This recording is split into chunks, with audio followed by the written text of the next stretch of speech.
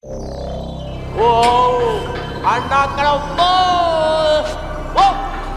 Whoa! Whoa! Hey! My Judah fell off! My Judah fell off, Gilbert! I know a boy whose name is Arnie. He's about to turn 18 and have a big party. I know a boy, his name is Arnie. Come on down, buddy. Come on.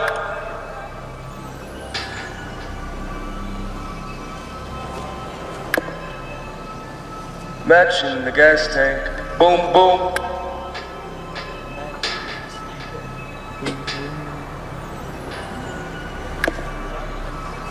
Match in the gas tank.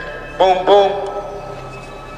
Match in the gas tank. Boom, boom, boom, boom, boom, boom. Match in the gas tank. Boom, boom. Good boy. Come on down, buddy. Come on down. Come on. A modern day remake of Matthew Vaughn's Lay a Kick. A Coen brothers end up with Timothy Chalamet. A Citizen Kane prequel, a Midnight Cowboy sequel. Alvin and the Chipmunks deserving of the squeakquel. There's so many new ways to revisit sideways, but a graphic novel is how we choose to update. But we still hold fast, you can't change the past on the Ruined Childhoods podcast. Life is a terrible thing to sleep through. This is a simple declarative sentence built around a linking verb.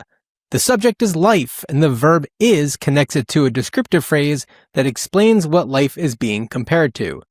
That phrase functions as a subject complement, giving meaning to the subject rather than showing an action, and it also happens to be a tagline for this episode's film. Greetings, Starfighters. This is Ruined Childhoods. I'm John, joined as always by my brother Dan. And on this episode, we're talking about the 1993 drama, What's Eating Gilbert Grape, the story of a family in rural Iowa, and that's just the least of their problems. Dan, red grapes or green grapes? Green. John? It's, I'm going red. I'm going red. Not that we always have to pick one or the other, versus each other, but I'm a red guy. Here's what I will take. Here's where I really have the preference. Crisp, plump grape. I want versus mushy? I want my teeth to have to work for it. I want to have that of the, I want to bite. Pop. That's kind of I'm really picky about my grapes. I will go, there'll be grapes out and I'll go and I'll go to touch it.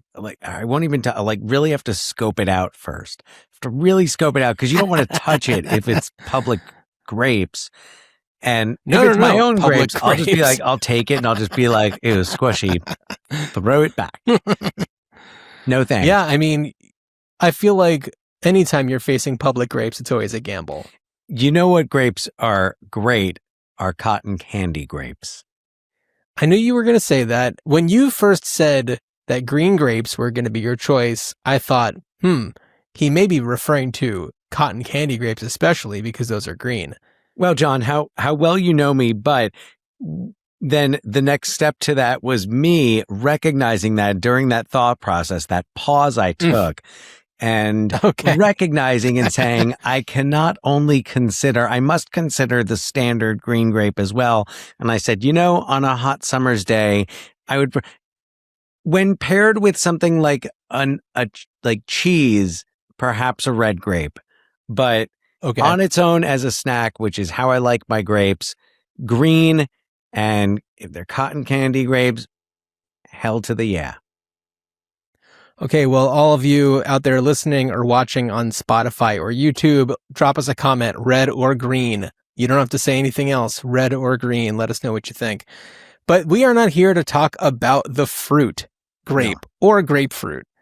Dan, we're talking about What's Eating Gilbert Grape. Do you have a favorite among those grapes? I don't know. Ooh. Not Gilbert. I mean, no, not agreed. Of course we all our hearts go out to Mama and Arnie. Right. Ellen or Amy, which is the younger sister? I think Ellen is the younger one. I think Ellen then. I think the younger sister is my favorite grape. like you hold on, I'm just checking up on that there, but yeah, I'm pretty sure. Yeah. Ellen is the younger one. Yeah.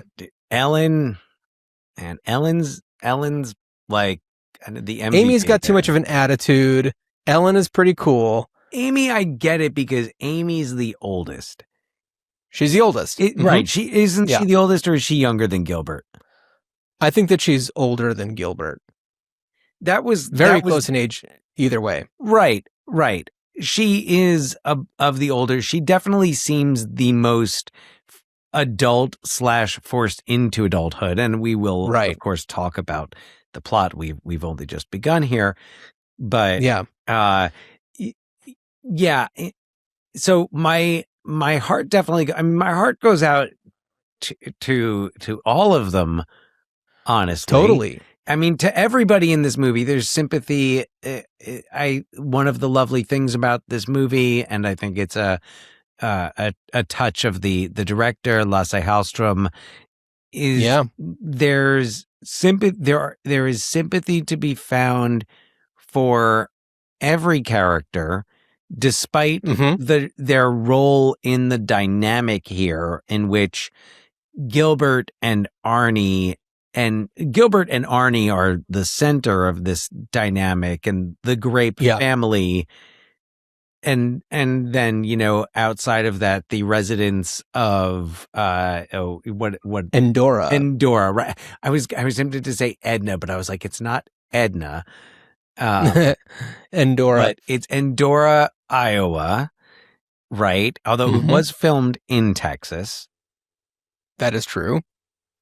But there's I wonder if where they filmed in Texas was far from Marfa, if they would have been near the site of both Giant and Come Back to the Five and Dime Jimmy Dean. Oh, Jimmy Dean. Wow. What a loop. What a loop there. That's fantastic. And, no, they filmed in primarily Austin, and I'm going to think that this is pronounced as Pflugerville with a capital P. Huh, okay. And Manor. So Manor, Texas.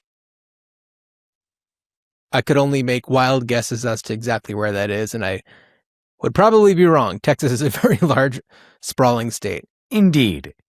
Yeah. Those are two accurate adjectives for Texas. So, yeah. But yeah, so John, was this your first time seeing it? I feel like I may have seen some of it when I was younger. Okay. But this came out when I was 10, and it definitely wasn't what I was itching to go see in the 90s. I feel like there must have been a time when I was maybe around college age where I was perhaps catching up on some like Johnny Depp roles. Right.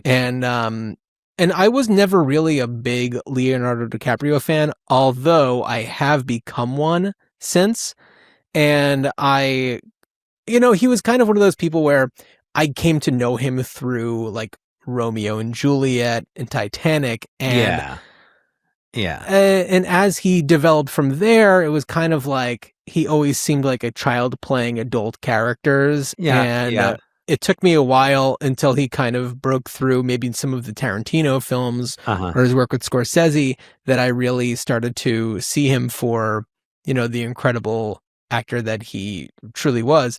And then it wasn't until last night that I watched This Boy's Life, which is so good. Okay. Came out, just before What's Eating Gilbert Grape.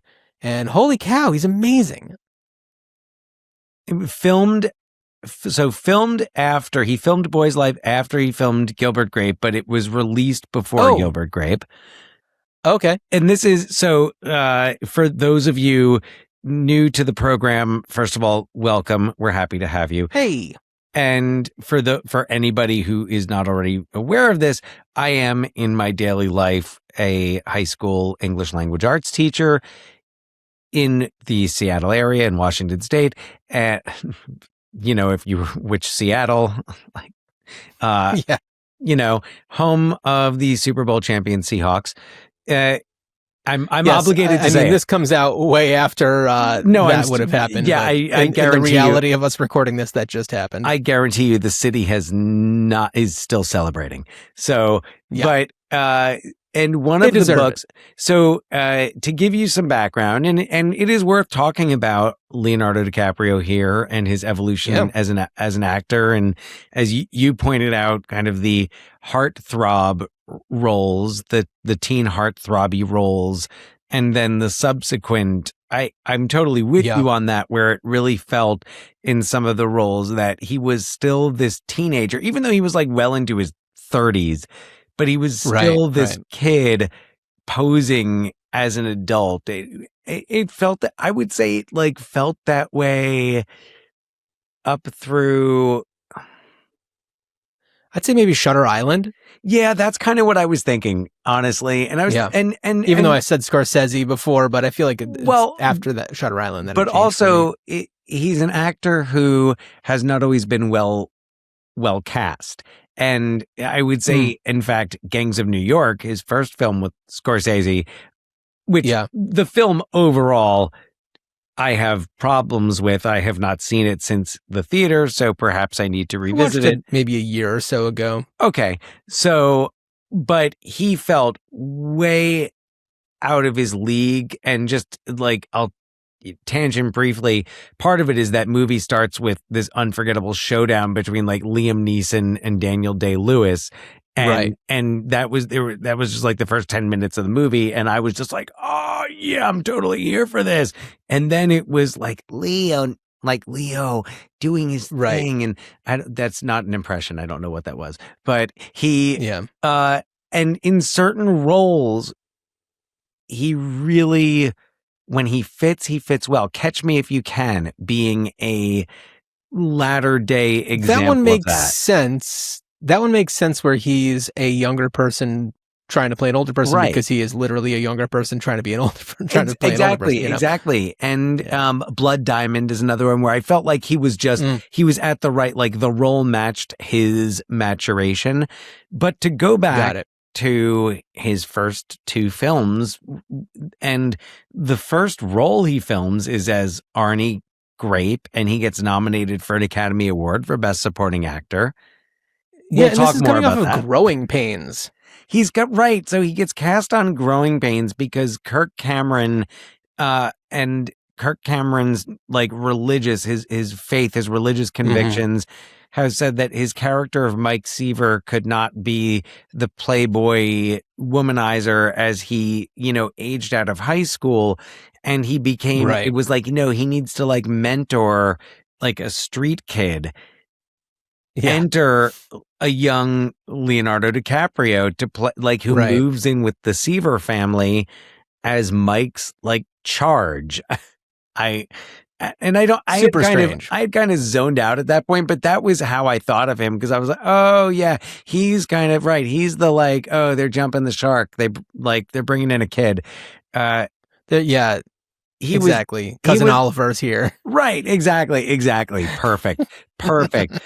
So they bring him in, but so he films Gilbert Grape, and then This Boy's Life, where he plays Tobias Wolff, who grew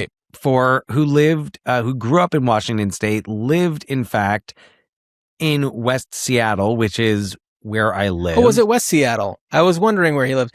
They didn't film it there. Side note. Well, I know that, but I just want to mention, I don't know if my framing allows for it, but typically on my bookshelf next to me, I'll maybe have like a book that's, if I have something that's relevant, I'll pop it out. So I have Back in the World by Tobias Wolff right over here, not because we're covering This Boy's Life, but because it's relevant to the conversation.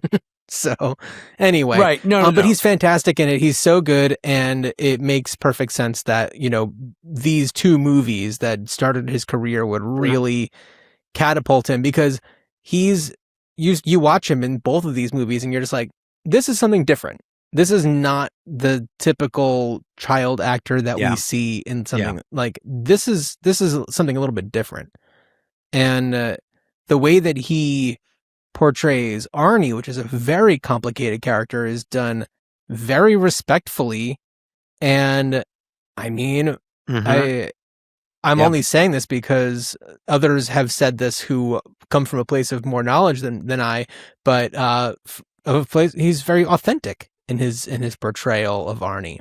I was going to say it is, in an age now when we recognize the importance of representation and providing opportunity and having opportunities for representation and in casting, but in early 1990s, you could name a whole list. And I mean, of course, stemming from the 80s. And I think, Rain Man and Dustin Hoffman's Oscar win kind of stemmed a trend where actors, if they played I guess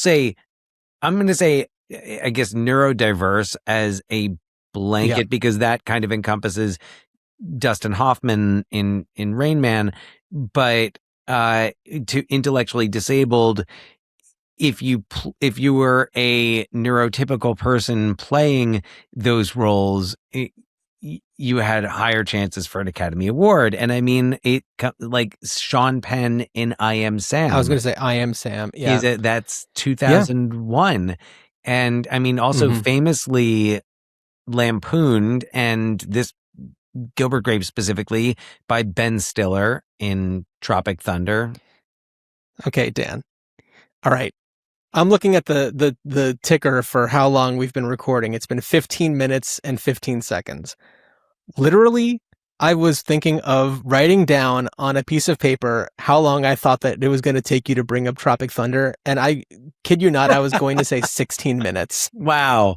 No kidding. And it's funny because I didn't do it, and I wish that I had, because wow. But I believe you, but it's also correct. But hold on, it's not like Tropic Thunder is a movie we talk about ever, really. No, but in the context of portrayals of characters who have an intellectual or developmental disability, I feel like you are likely to bring it up.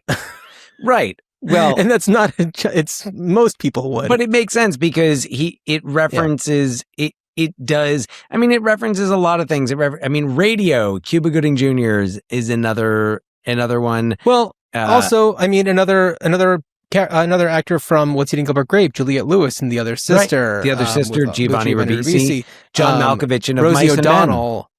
John Malkovich, yes, plenty of people. Anyway, have attempted. But so and you know what, we've grown past that as I hope as a society. Yes, and if there is a character who isn't born with or have these characteristics, then it is a bit of a record scratch when you see them in something. So, but yeah, I wonder who like the last one is that that did it before it was really a problem. But also, watching What's Eating Gilbert, What's Eating Gilbert Grape, and also reading about reviews of people who encounter this daily. The way that they write about it is with saying that the role is done with a lot of respect. And that's what matters to me in this moment, talking about a movie from 1993. Right. And I feel like you can see it in the performance, and then, you learn more, he did his work. That's one thing you can say about him as an actor, regardless of the role that he's playing. He comes prepared. He does his homework, and he honors the material. Mm-hmm. And again, I don't know. I mean, we know a little bit. So the movie was written. The screenplay is based on the novel by Peter Hedges, and Peter Hedges wrote the screenplay. Right. And Peter Hedges also nominated for Academy Award as the screenwriter of About a Boy, or co-screenwriter of About a Boy. Yep. His son Lucas Hedges has been in... I was just wondering if his son was Lucas Hedges. He is indeed, yeah. He has two sons. His other son is who's fantastic. He's great. I always love seeing him show up. Yeah. Yeah. But so Peter Hedges, but this was I think his first one. I don't know. I'm looking that up right now. Yes, this was his first film. Then there was A Map of the World, About a Boy, Pieces of April, Dan in Real Life, The Odd Life of Timothy Green, Ben is Back, and The Same Storm. Right. And Ben is Back was with Lucas Hedges starred in that with Julia Roberts. You know, I guess I just never really thought too much about Peter Hedges. I would see his name in credits, of course, but I never really looked too much into him. And of course, I've really enjoyed seeing Lucas Hedges come up, another actor who started very young and clearly puts a lot of thought and chooses projects or his approach to work on projects that are very deep and thoughtful, and his performances often have a lot of nuance to them. So, big fan of Lucas Hedges. Same. Yeah. And, generally, have enjoyed the movies that he's worked on that I've seen, Dan in Real Life and Pieces of April, About a Boy. Yeah. So, based on his novel, he grew up in Iowa. So at least, knows what he's talking about in terms of coming from Iowa. I don't know necessarily what his experience is with, intellectual disabilities. Yeah, I don't know. But, like you said, from, people who have written about it, who do have experience and can speak to this with some credibility, it sounds like he did the job well. Yeah. The articles that I've read talking about this movie, looking through it of the lens of, Arnie's character, it's, you can't diagnose a fictional character, but the ways that they kind of dial in to the best of their ability, it seems like, everything falls in line into like certain, very specific categories, and nothing seems like made up. No. So credit where credit is due. Dan, do you want to give a little synopsis and then we'll just like really get into it? Yeah, here we go. Endora, Iowa's grape family hasn't had the easiest life. The family patriarch abandoned the family and then took his own life. Matriarch Bonnie suffers from obesity, and their youngest child, Arnie, was born with developmental disabilities and, according to his doctors, should already be dead. Stuck in the middle are Arnie's sisters, Ellen and Amy, and his big brother, the titular Gilbert. When he's not looking after Arnie, Gilbert spends his time working at Endora's small, independent grocery store and stooping lonely housewife Betty. But when passerby Becky and her grandma get stranded in Endora, Gilbert's attention and priorities begin to shift, leaving those who depend on him in bind after bind. As Gilbert, we have Johnny Depp. As Arnie, we have Leonardo DiCaprio. Juliette Lewis plays Becky. As Bonnie Grape, Darlene Cates. Laura Harrington as Amy Grape. Mary Kate Shellhart as Ellen Grape. We've got Kevin Teig as Ken Carver. Mary Steenburgen. The Virgin Mary. There we go. As Betty Carver. Not so virginal in this one. No, not at all. John C. Reilly is in there so good. As Gilbert's pal Tucker. And Crispin Glover as Gilbert's friend Bobby. Yeah. And you know what I learned? He's fantastic. So the funeral home guy. Yeah. And great. And he's not like, he just kind of pops in there and plays the role. He doesn't like do any, he's not like, all right, I'm going to do He's not a giant weirdo. And you know what I learned is so interesting is, so Juliette Lewis, who is the daughter of actor Jeffrey Lewis of Double Impact, check it out in the archives with John Gabris.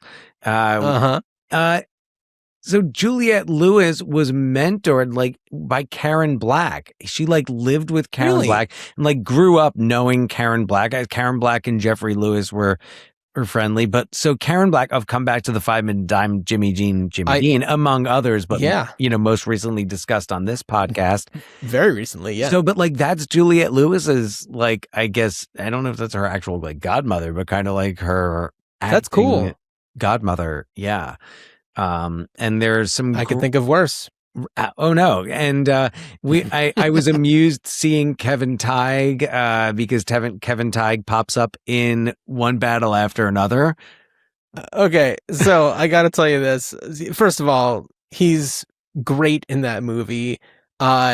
Recently, I was, if you didn't hear earlier, I mentioned that Dan and I are brothers. That means we have the same parents. That's how that works. Correct. And I was back at our parents' place recently. And our mother was, I was, watching football and doing some stuff with our father. And then our mom was, upstairs and I didn't know what she was doing. But she comes down after a few hours and she looks at me and she goes, and I quote, "OMG, One Battle After Another." She had just watched One Battle After Another, like upstairs while we were just downstairs. Oh, wow. And she loved it. She loved it.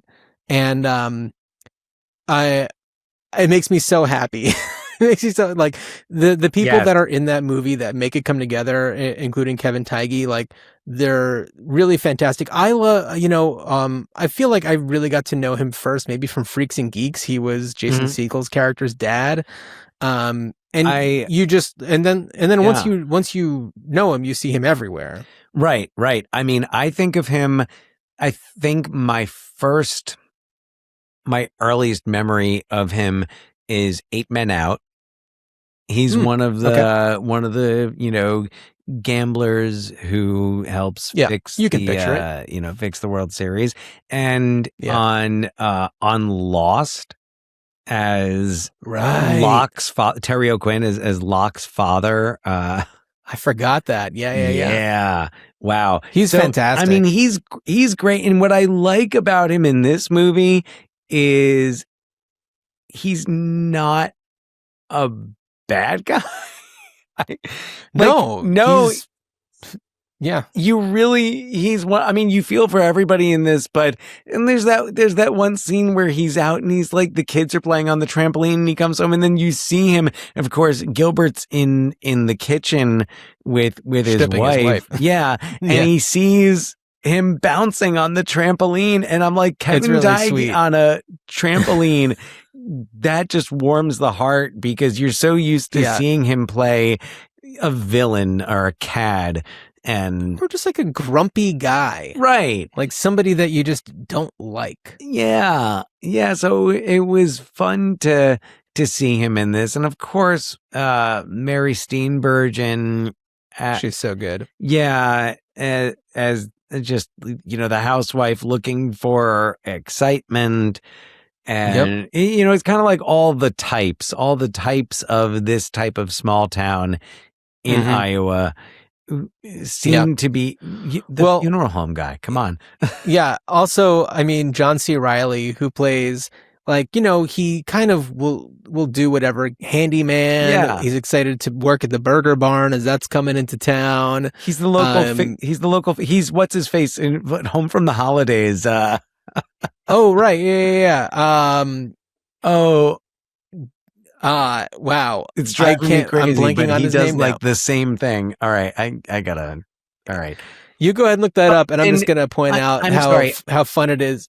I need to correct myself on something in the synopsis. I did say that Arnie was their youngest, but Ellen is the youngest.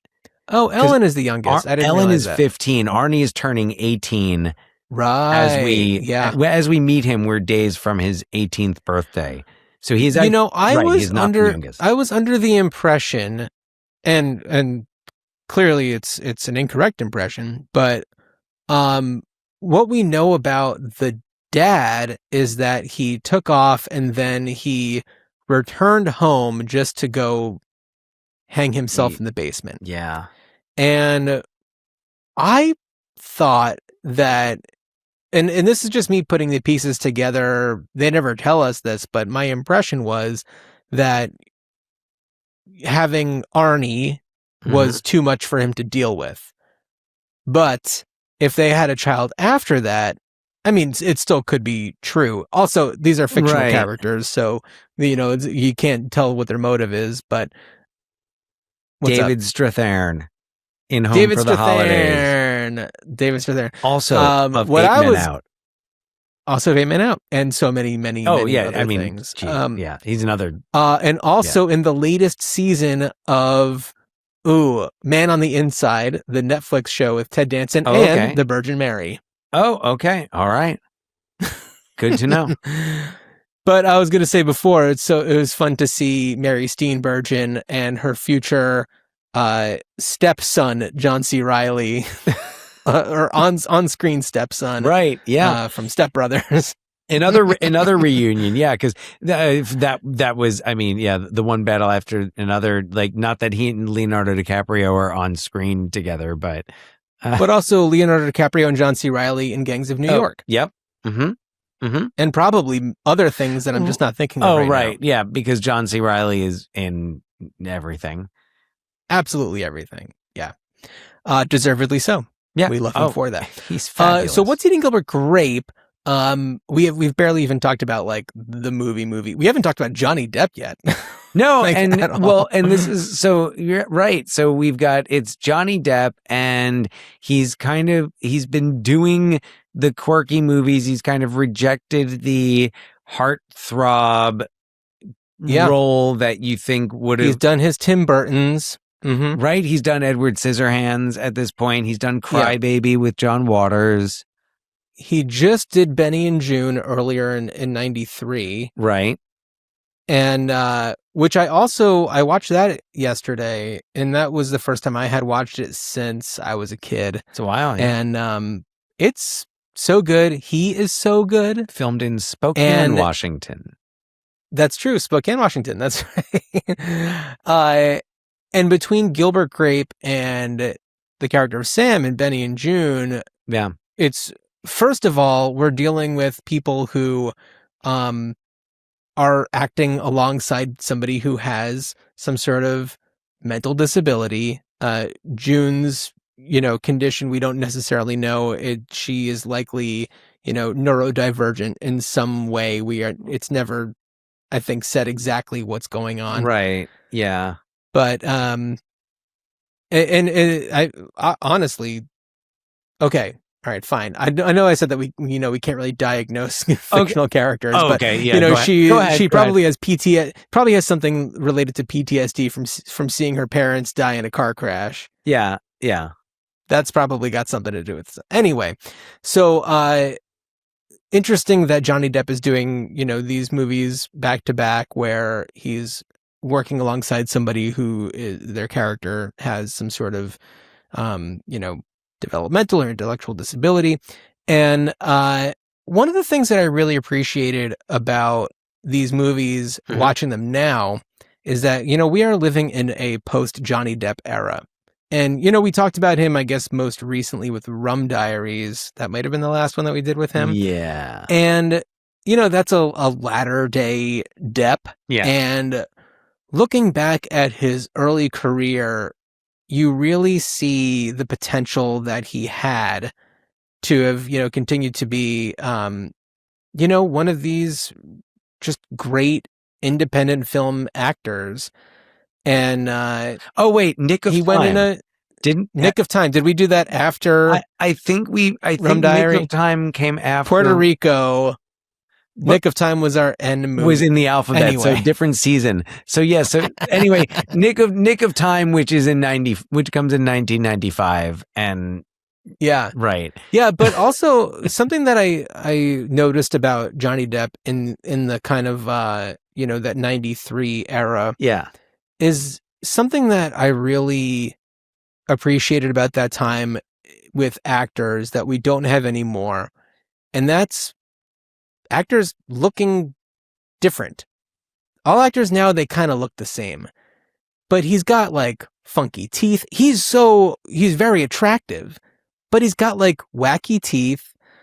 He speaks in a really strange way. Like there's something just off about him, but it makes him even like more appealing to watch than if it were, a Glenn Powell type who, just looks like everybody else. Well, it doesn't make you wonder, like, what is this guy doing in Endora, Iowa? What is this guy doing stocking the grocery store shelves? He looks like the guy who's stocking the grocery store. He maybe looks like he played high school football or something. Like, we really don't get that much. But he looks like he could have been, what was his name? Taylor Kitsch in Friday Night Lights. Riggins? Tim Riggins. He could have been like, this could be Tim Riggins 10 years later when he just kind of, stops working out. I mean, I would actually venture to say that he probably didn't play any sports in high school because he most likely was caring for his, at the time, very young brother who, needed caretaking. This is true, but he looks like the type. He looks like the type who never, those were the glory days. But you're right, those were probably not the glory days. Yeah. I don't know if he's had glory days. No, I don't. I think that we're witnessing him thinking that he could have glory days. I think maybe the most glory days he has had so far are these that he spends with Juliette Lewis's character Becky. Yeah. Who who shows him just that there is more to life, and that absolutely, you can always, you can leave, you can come back. And she's so good. I don't always love her performances, but this was also, Cape Fear right around the time. She's really doing some amazing work, and it's kind of the era that I like her the best. Right. This is also right before Natural Born Killers. It's interesting because both of them in 94 have these interesting movies because Johnny Depp does Ed Wood and different directions. Juliette Lewis does Natural Born Killers, which I have not seen it in a long time, but it was a movie I really liked. I really, at least appreciated what it was doing. Right. Yeah. And she was fantastic in it, and I loved her in that.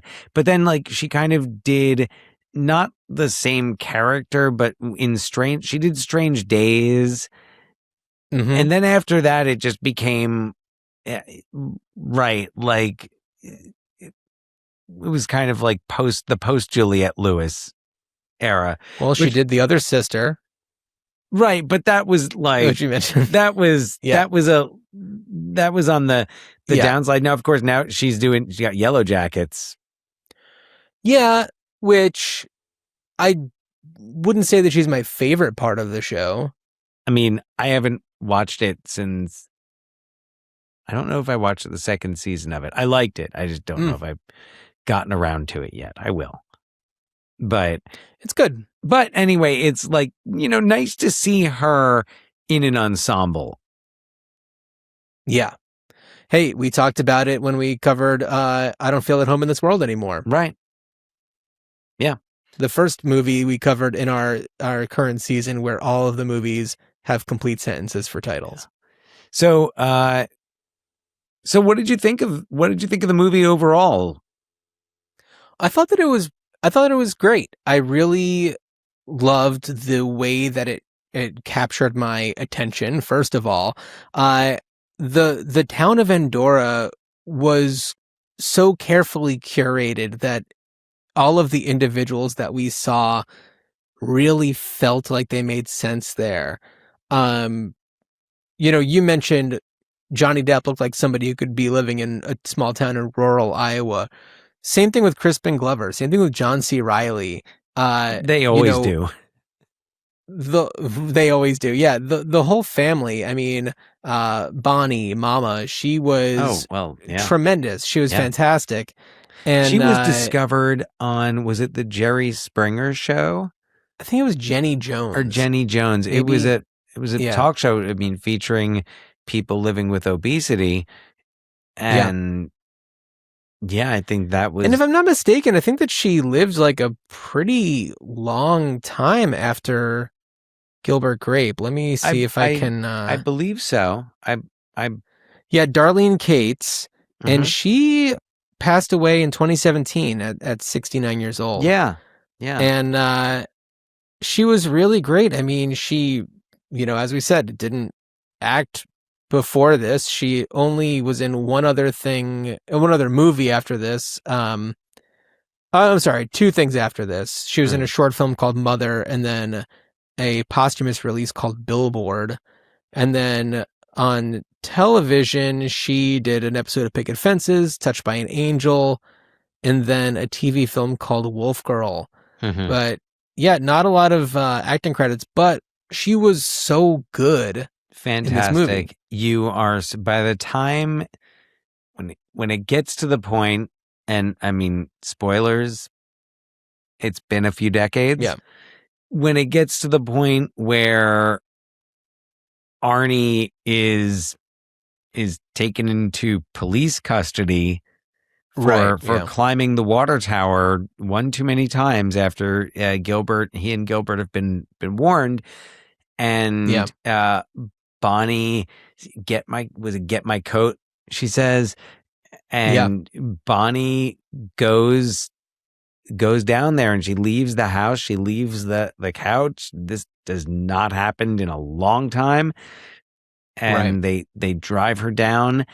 She walks into the police station, and the whole town is watching. And something that Gilbert deals with over the course of this movie is his shame around her. Right.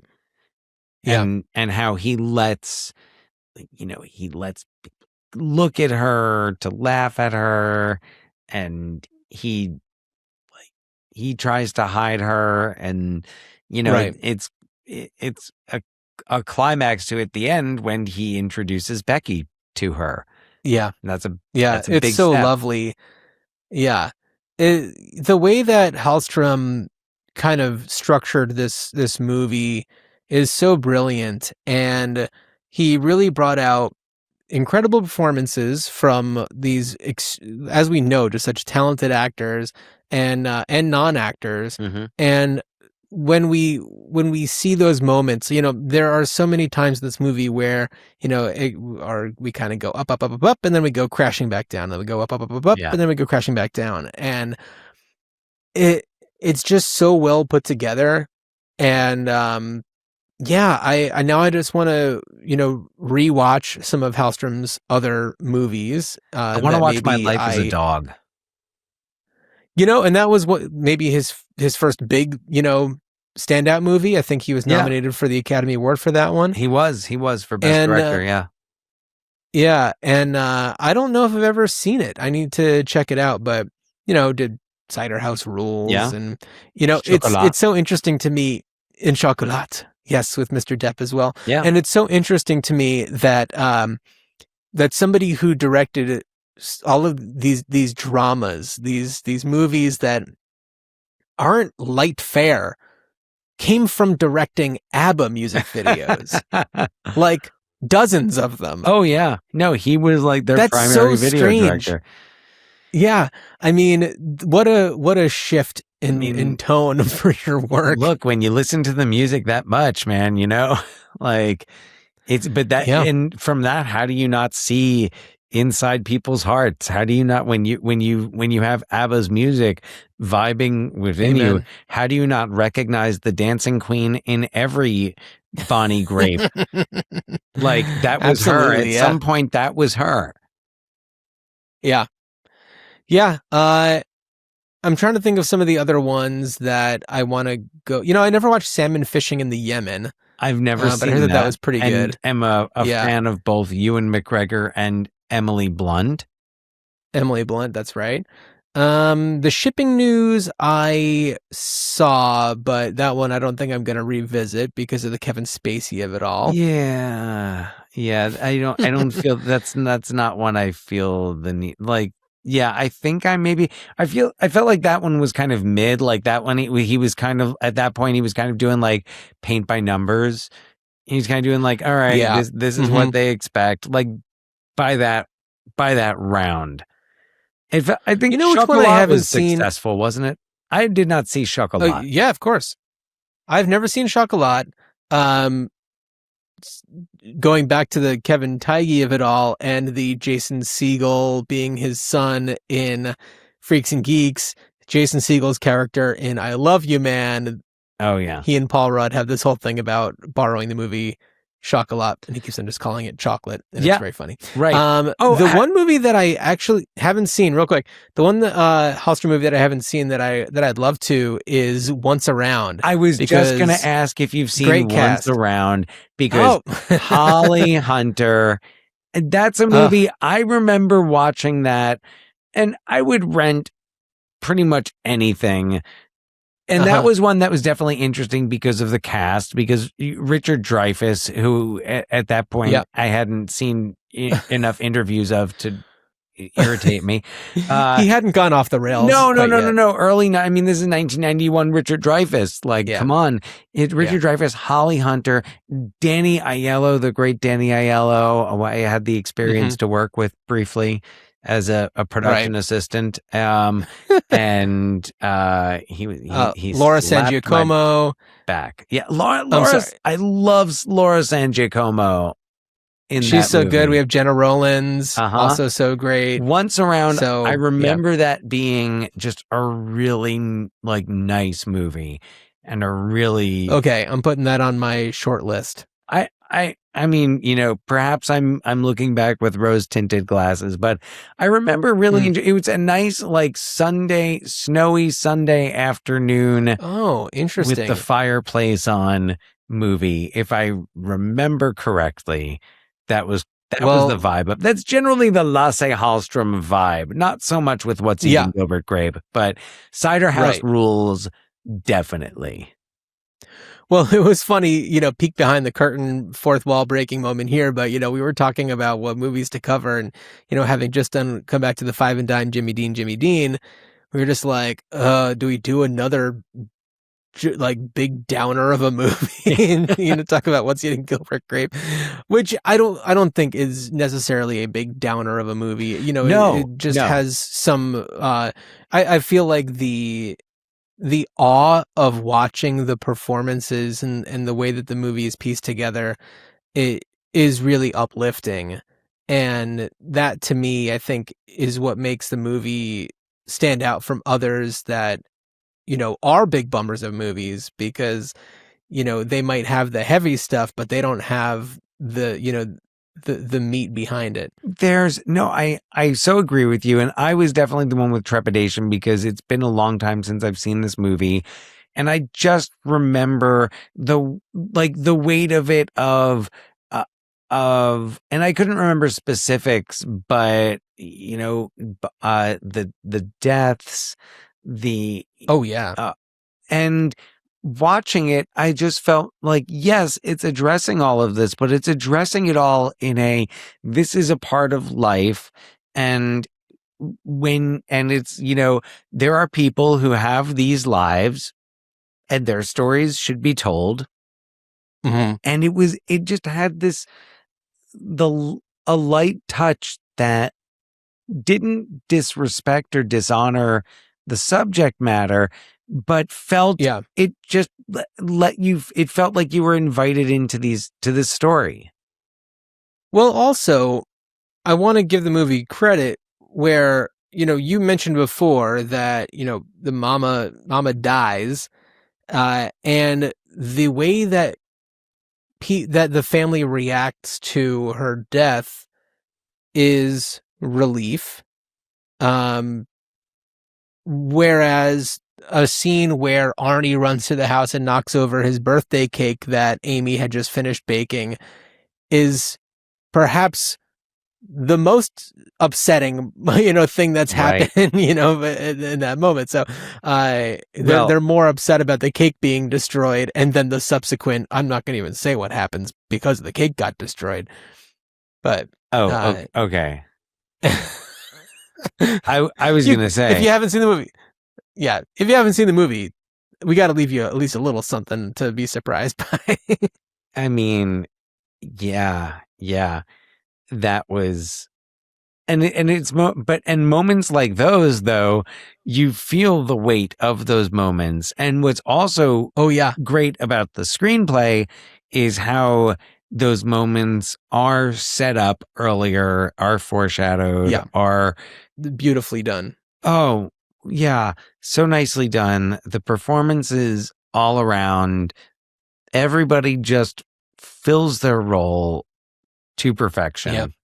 It's absolutely. really it's a cliche, but like it's a gem. What a gem. No, it's really good. And I feel like it deserves to be revisited for those who either haven't seen it in a while or just visited in the first place by those who maybe either slept on it or are, maybe it was before their time. Yeah. So now, Dan, I'm going to ask you the impossible, and I'm going to ask you what you would do to bring back this movie in the present day. But so before I attempt to answer that question, I should say that there is a musical adaptation with a book by Peter Hedges, music and lyrics by Adrian Ensko, Christopher Sears, Sydney Shepherd, and Regina Strayhorn. Interesting. And I didn't see anything about that. So, the casting notice went up recently. Oh, so it hasn't been made yet. Like, I want to say the casting notices went up like a few days before I watched the movie and looked this up. Yeah, January 8th, 2026. And we are recording this on February 10th, 2026. So MCC Theater developing What's Eating Gilbert Grape. Oh, that was from 2024 was a development notice, but casting notice just right. But the casting notice these things take a long time. Just went up, and it sounds like what they're doing with it. It says previous casting notices have described the project as an actor, singer, instrumentalist show in which each performer will play multiple characters and instruments, which interesting. I see that. Right. I do see that as interesting, and just kind of curious about the style of the music, but the style of the music is kind of, I don't know, rural. I don't want to say like necessarily country per se, but more like folky Americana. Yeah. Like I could kind of see that working. I'm curious as to how you portray Arnie, and it sounds like this is a recent adaptation. So I can only imagine this is being informed, by the right, by the right places and the right people. We would hope so. Right. So it should be interesting. And where did you say that was being produced again? Ooh, let's see. I just closed that. Let me pull up the playbill. It says MCC Theater. It's in New York. Yeah. So be interesting to see what happens off with that. Broadway. Mm-hmm. Yeah. It wasn't so, and that wasn't necessarily, I mean, it was something that, of course, it's always on the wheel. It's the wheel of possibilities. Yeah. Is musical, but that wasn't one that I was necessarily going to go to. And I was a little surprised. Yeah. Honestly, there wasn't much that I could think of other than to follow up on Amy or Ellen or both of them, see what's going on with them. I suppose with Gilbert, but I'd be more interested. Like, I'm wondering if maybe if you have one of the sisters who, has perhaps started to become obese or is heading in that direction, or is battling eating disorders because of the fear of becoming like her mother. Okay. So maybe not even necessarily that the character is heavy or obese, but that the character is somehow dealing with there's trauma involved in their childhoods and their father's suicide, their mother's Yeah. illness, their brother, et cetera, living in Andorra, Iowa. So, just following up on one of them or both of them on their relationship, to me, that is the most interesting way to go, at least that I could think of. Okay. That's all I got for you. And that's something that could work as a film, that could work as a play. Sure. That could work as a novel. Peter Hedges could follow up the novel, which it doesn't look like he's done. So why not? Like these are great characters and they carry with them that experience. So where does this lead them now? Yeah. 30 plus years later. Right. No, I like that. That's what I got. Okay. I had a similar thought. I think that like you, my initial thought was to do like a stage adaptation. I would not have thought musical, but considering the Arnie of it all, I didn't think that was a good road to go down. Yeah. But similarly to what you're saying, I was thinking that like a sometime later, doesn't necessarily need to be like, exactly this many years later, but I thought that it would be interesting to see, Ellen, Amy, and Gilbert perhaps have all left Andorra. In my version of things, Arnie has passed, quite some time ago. And they have all kind of gone their separate ways, and they are maybe trying to reconvene back in Andorra for maybe it's a particular anniversary of the mother's death, or or Arnie's death, or something like that, and it's really the coming together of the three of them. Perhaps Gilbert is with Becky. I don't know. Maybe. I thought that would be kind of interesting, and that one I actually would want to see as a play. I don't know. I feel like that'd be more interesting because I feel like we'd have a better opportunity to have kind of those like 1-on-1 or 2-on-1 moments rather than like a whole movie where we have to like establish the whole world of everything. It's kind of like a come back to the 5 and Dive Jimmy Dean. Having trouble saying damn it, you're right. No, I'm sorry, that's not in a critical come way. Come back to the burger barn, Gilbert Grape. Well, I don't remember the name of the grocery store, but I remember Burger Barn. No, Burger Barn, absolutely. No, but but that's also not an uncommon idea for a play, because an excuse to have characters come to a location, to a central location, rather than going to a location. So having some type of a reunion or family gathering. I mean, August Osage County, I think, is another example of that. To have people come together, get things off their chests, reveal things, share things, reminisce, etc. And it's a great format for a play. I think it would be really cool. I think it'd be really interesting. I think you could really like market a play like that well, and because I don't know. I'd say people remember this movie. Yeah, I feel like it's remembered more for its title. It's got such a memorable title, and that's really why we initially started to talk about covering this movie, is because the title fit into our scheme here. But Oh, you know, it was funny when we were The, talking about the cider house rules before. I was like, depending on what you meant Yeah. by that sentence, that could be, unfortunately, that's not what it means in that context. The cider house rules. and that's the way I always like read it in my head, even though I know it's not that. It's Right. the way I always kind of hear it in my head. All right. I do think that also the name Gilbert Grape is so memorable. Yeah.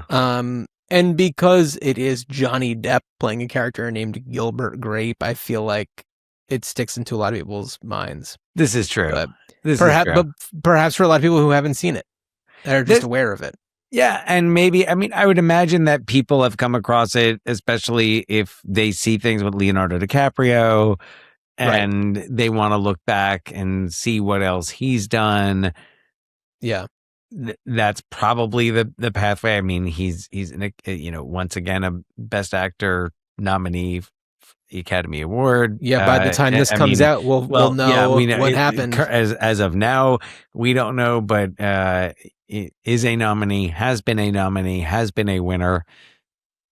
Yeah, I honestly, The Revenant, I did not care for so much. I thought he was good in it, but I didn't care for the movie so much.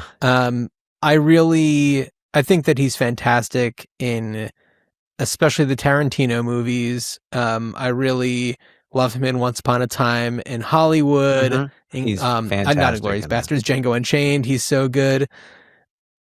He's great. Going to the Scorsese side of Wolf of things, Wall Street. The Departed, he's fantastic. Wolf of Wall Street, he's amazing.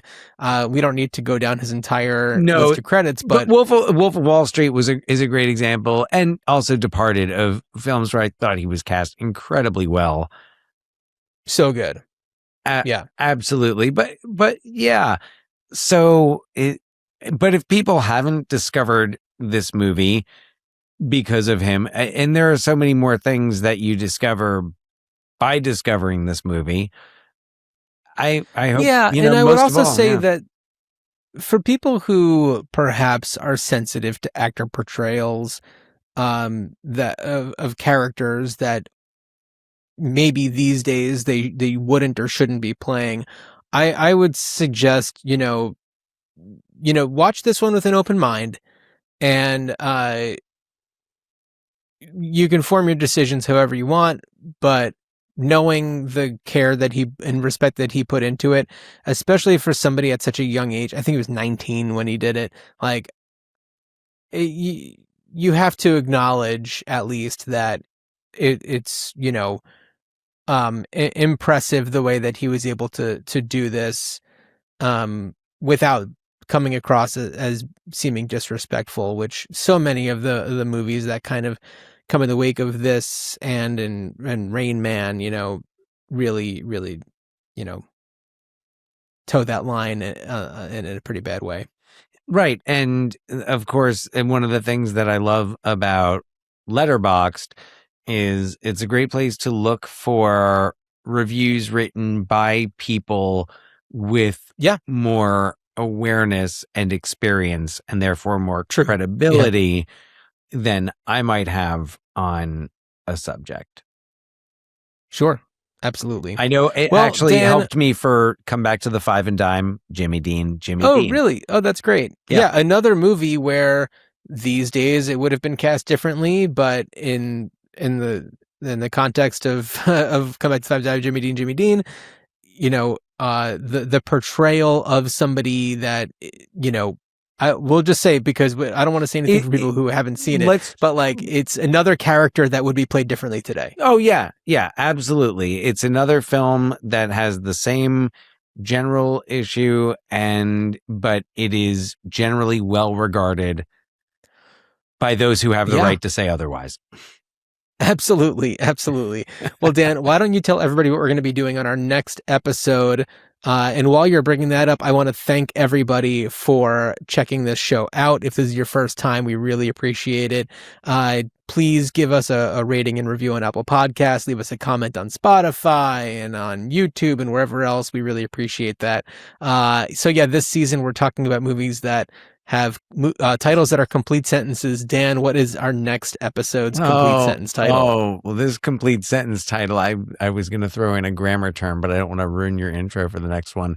It is 1969's Frankenstein Must Be Destroyed.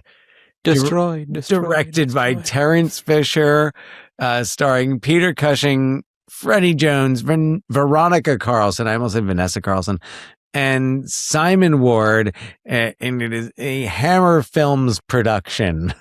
Yes. Worth noting. 100%. Oh, yeah. Yeah. And that's a star. That's where the studio is a star of the film. Hammer Films. Sure. Yeah. Hammer Films, I mean, Hammer Films is, and we'll talk about this more in the next episode, obviously, but like, you talk about Hammer Films the same way that you talk about Canon Films or Troma. It's one of those smaller studios that, you know, does its one thing, and you know it when you're watching one. And that's not a bad thing. That's not a bad thing at all. No. Well said. More on that. More on that on the next episode. More on that. Absolutely. Well, Dan, as you are on your way to go shtup the Virgin Mary, I wish you a good journey. God willing, and good journey.